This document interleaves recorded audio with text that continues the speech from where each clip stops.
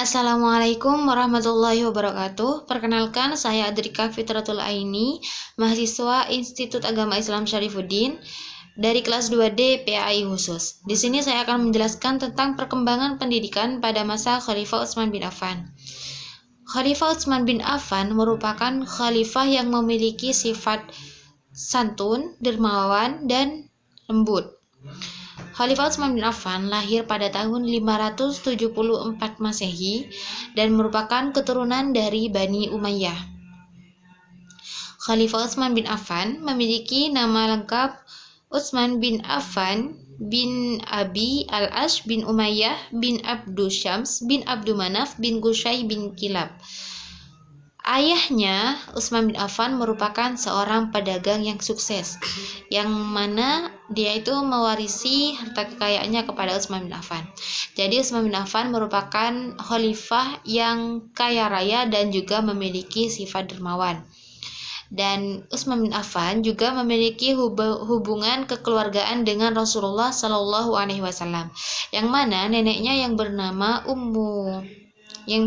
Ummu Hukaim itu merupakan saudara kandung dengan ayahnya Rasulullah, yakni Abdullah. Nah, pendidikan agama Islam pada masa Khalifah Utsman bin Affan itu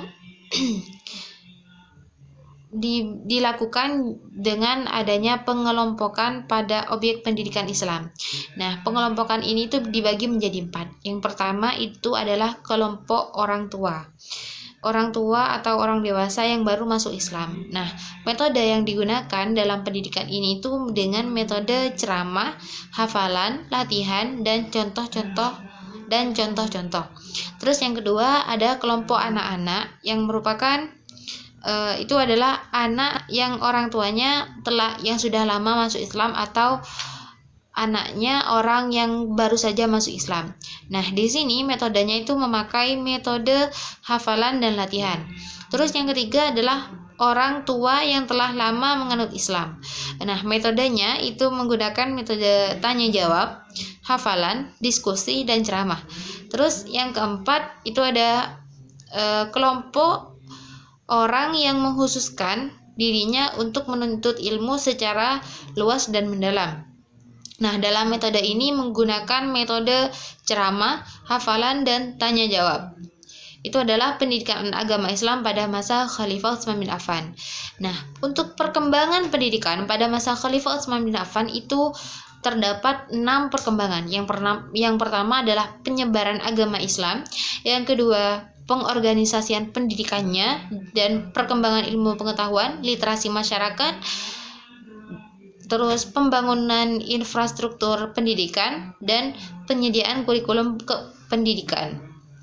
Itu merupakan suatu perkembangan pada masa Khalifah Utsman bin Affan. Pada masa Khalifah Utsman bin Affan juga membentuk tim modifikasi Al-Quran, yang mana ketuanya itu adalah Zaid bin Sabit sebagai ketua, Abdullah bin Zubair, Sa'id bin Ash, dan Abdurrahman bin Harits. Nah, pada saat itu Khalifah Utsman juga memberikan arahan bahwa mereka harus menjadikan bahasa Quraisy sebagai dasar apabila terjadi perselisihan dalam bacaan dan pengucapan Al-Quran, karena Al-Quran turun dengan bahasa Quraisy.